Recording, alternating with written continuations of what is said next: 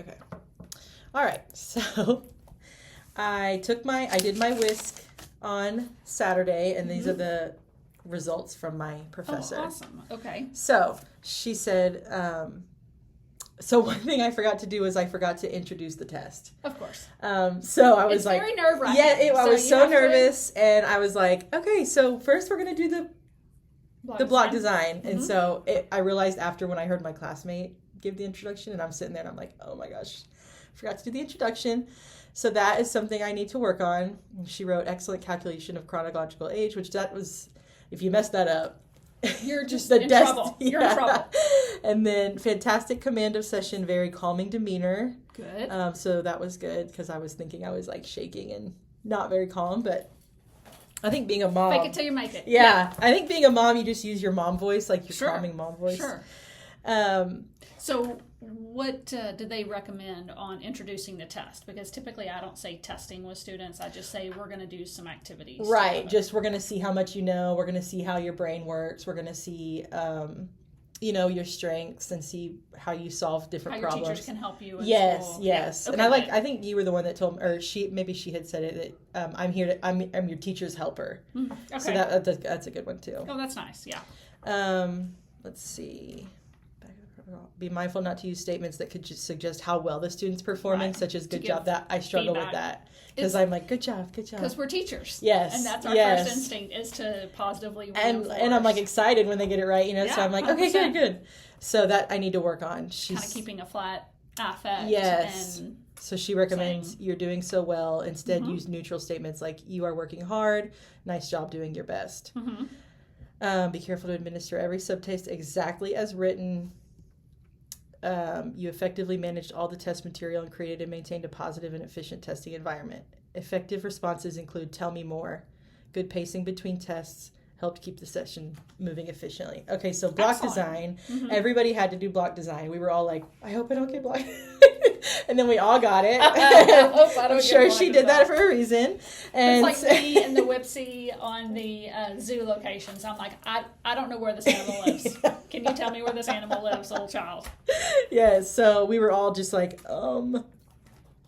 Okay, but it's good. Yes. It will get to be second nature, and you will be able to do it in your sleep. Right. And the first time I put them out, and I did the introduction, and then she made the design, and then I went to go put the second one, and I forgot to scramble the dice, but then after I realized it the first time, I did it every time after. Shading of incorrect formations, so I just put like a check if they did it right. Okay. And then shaded the blocks, which that is hard too because you're trying to figure out which blocks went where. Doing upside down. I get it. Yeah. Continue to manage all test material while maintaining a positive and efficient testing environment. Document student behaviors. So that's another thing that I think will probably come naturally. It was very hard for me to also write down behaviors while they're testing because I'm so worried about the basal and the ceiling and queries. And yes. Sure. Yes. Exactly. And it'll get more fluent with you when you're like, okay, needed prompts to remain on task, prompted to come back to the chair. Okay. I mean, I tested a friend this morning that, needed all this. Yeah. Thing, so. Okay. Yeah. And she had when it was our turn to be the student, we had a script and you could tell that she had written like, say you don't want to do this anymore. And so our classmate would be like, I don't want to do this anymore. And I would just, in that moment, I'm like, do I write, I don't want to do this anymore? Or do I write redirected, So I was... And sometimes I write in there requested to go back to class. Okay. Received positive reinforcement. Okay. Stayed on task for additional items. And then sometimes it's just... Yeah. They're pretty serious. Yeah. They've had enough. Yeah. And if you don't let them go back to class, they'll show you that they don't want to be involved. Okay. And then similarities was the next one I did. So I did 4. Similarities was the next one. 0 or 1 point response on the first 2 items administered required you to reverse the test. So that was kind of the... This subtest requires the evaluator to record student responses verbatim, which you did well. Analyzing these responses helps determine how the student processes information and guides instruction. Excellent provision of 2-point responses on item 6. Item 12 should require a query. All other items were terrifically administered. So good for you. Yeah, I the querying is also something I'm going to have to get used to because I was thinking it felt like I was sitting there forever, like looking at does it have a Q? Does it have a Q? It's not even on here. It's not even on here. So, and then I guess when it's not on there, it's just kind of, if it's not on there, but it's similar to something in the 1 point range, kind of like diag discretion, if you think it's 1 point, worth a 1 point or worth a 0. So then I did digit span. Good job providing correct feedback on missed trials. Excellent pacing, reading digits at 1 second per digit and recording students' responses verbatim as required. So yeah, I just kind of had my pencil and I would put it on the number like 2, and then I'd hit the dash and I'd go 4, 8. Like that was how I kept it in my head, because I was so worried. I'm like the 7, 8, 9. I was so worried I was going to go too fast, because I do everything too fast. And so I was thinking, okay, just have your pencil. And that's a good idea. Yeah. Be careful not to add and before the last number. So I think I a couple times said 2, 5, 1, and 8. Right. So I need to make sure. Because that really gives them that feedback of it's closing out. Yeah. And then picture concepts was my last one. Nice positioning of the stimulus book and scoring out of view of the student. If a response is unclear, simply ask the student to point to the picture again. So I think one of them was that, like, she mumbled or she didn't give a clear answer. And I was kind of like, I froze a little bit. As you move to higher level items, instructions can be shortened or eliminated as appropriate. So I'm trying to think, picture concepts. That was the one where you show them the 2 and then that you flip it and they have to say which 2 they just saw. Hold on. Oh no, that's like sorry. I had to use the book for that one. Where you show a picture and it's like 2 pictures, and then you show another one and it's 4 pictures and they have to say which 2 they just saw. Okay. So I think that's one of the ones you have to repeat the directions every time you flip. Okay, so for the subtest not administered. So then she would, whenever we finished and I scored them, I got the raw scores. So I didn't do the raw scores till the very end. And she never mentioned it, so I think that was okay. But then she came around and gave me the scores for the other subtests so that I could do my summary page. So you could do your scoring. And that is the easy part for me. And what happened was 30 minutes was plenty of time, like you said, but when I finished the summary sheet, and then I just had it in my head, like, just go back and check your raw scores one more time. And I went and counted, and I had done the raw score wrong on one of them. I was like 1 off, which means I had to go back and change everything. It's a contagion then. You have to, Yes. Okay. So I did not administer these. I think this was just a description of each subtest. But she wrote finer points to remember. Practice those subtests that require 2, 1, and 0 answers and become more familiar, allowing more ease in scoring and transitioning between one subtest to another. Become more familiar with outlining your ease and scoring. Yeah, because I think I was kind of robotic, like with the testing, and I was switching from one to another and figuring out which page I needed to be on. A friendly reminder, as you become more proficient in administering coding and symbol search, do not neglect paying attention to these 2 subtests, as it can easily cause invalid scores. Don't neglect giving all the directions. Practice directions. The directions are very rigid about those. Okay. And sometimes you feel like, I could say a little bit more. Maybe they don't understand, but I mean, it is script. Yeah. You script exactly what it says. Okay.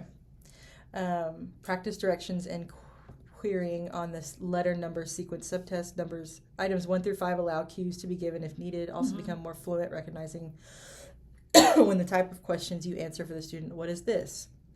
What does statue mean?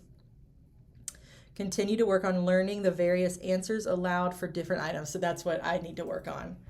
And that comes with time. Yeah. It comes with exposure, and it comes with actually doing the test. Okay. I mean, you'll get to where you know. Okay. That's a query. They've given me a query item. So. Okay. The WISC manual seems more difficult to quickly see if the student's answer is correct or incorrect, especially for vocab and comprehension. Remember, you control the pacing of the assessment session. And there'll be some kids that as soon as they finish one subtest, I say, now we're going to try something different, and we move along at a pretty rapid pace. Some kids need to take a break and decompress a little bit and right. have a little bit more cognitive rigidity. Yeah. And it's hard for them to transition from one thing to the next, and you'll get a feel for that. Okay.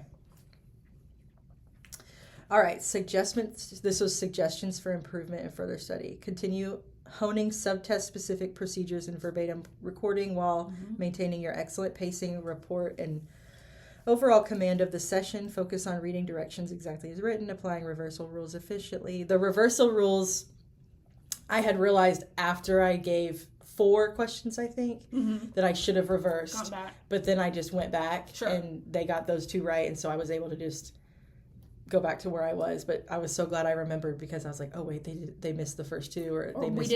We got 1 point responses rather than 2 point responses. Yes, it was something like that, and my heart sank, and I was like, oh my gosh, but you repair it as quickly as you can. Yeah, and it doesn't spoil the subtest, hopefully, and right. And she says the same thing about ceiling. She's like, if you over-test, that's okay, as long as, like, when you're scoring, you go back and make sure that you ceiling out at the right place. And are y'all going to work on the iPads at all, or are you just going to write pencil paper? not in this practicum. But I think when we're working with you guys, we'll be able to watch you use the iPad and maybe learn a little bit of. Because that really helps with your basals and stuff. Yeah. I mean, it tells you exactly what to do. It has a timer on there and everything, right? It does. That is nice. Okay, focus on reading. Okay.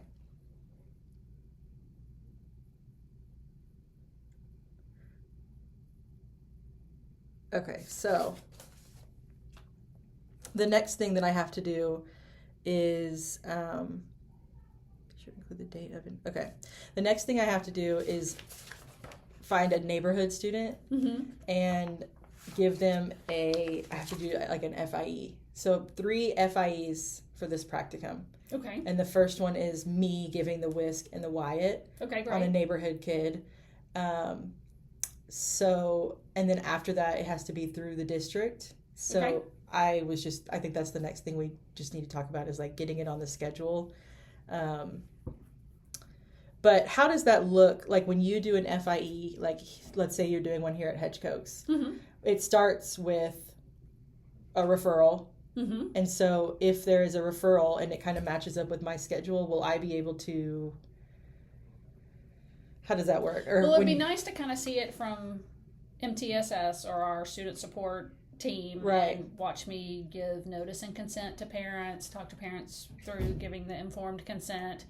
Then it just depends on really my schedule and the student schedule of getting them organized. But we have 45 school days for an evaluation. You're probably not going to have nearly that much time so before your assignment's due. So we may want to jump in with one I already have consent for, and I already have consent for one that I want to start testing next week. Oh, okay. So I want to break up IQ on Tuesday and then Thursday do achievement with him. Okay. So is that all whisk?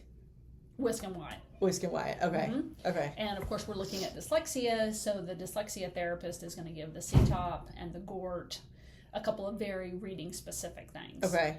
And things specific for dyslexia. Okay. Then, we collaborate and decide, is this a student with dyslexia? What does your data say? What does your data say?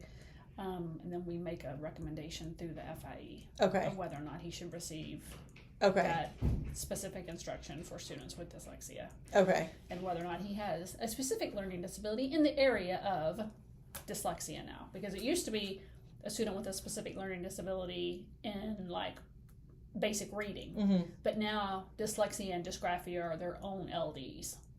And they're under SPED, right?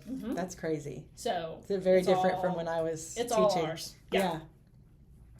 Well, how did you do on the scoring? Did you feel comfortable with the scoring? I did feel pretty comfortable. The only time I got tripped up was when I realized I had counted my raw score wrong. So next time, when I'm scoring next time, I'm going to go slower on count. Like, that's what I should spend the most time on, is make sure I'm counting correctly and making sure I'm counting the points that I didn't, with the questions I didn't administer. And I may be neurotic, but I always count twice. Yeah, that's what I need to do. Always count twice. Yeah. Just get the same number twice in a row, you're solid. Yeah. Okay. That's good advice, because I that's what I realized is I was like rushing through the counting thinking I needed extra time for the scoring.